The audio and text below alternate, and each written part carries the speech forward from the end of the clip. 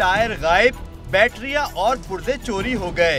ये हैं KMC green बसें। सरजानी बस टर्मिनल पर खड़ी इन खस्ता हाल बसों को टिप टाप करके लाया जाएगा सड़कों पर। ये ऐलान किया है senior director municipal services Masood Alam ने। बसें यहाँ ख़राब थी, तकरीबन ये 31 बसें हैं, इसमें से 6 हम इंशाल्लाह रोड पे ले आएंगे अगले हफ्ते, एक हफ्ते के अंदर। और मज़ीद जो 25 बसें हैं उस पर हम गवर्नमेंट से रिक्वेस्ट करेंगे और इसमें फंडिंग दरकार है।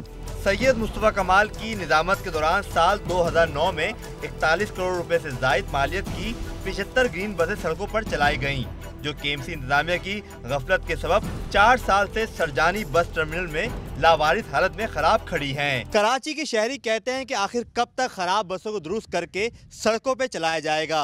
हुकूमत सिंध को चाहिए कि वो नई बसों के लिए जल्द से जल्द इक़दामात करे। कैमरामैन BK फ़कीरा के साथ मोहम्मद अली हफीज़, डॉन न्यूज़, कराची।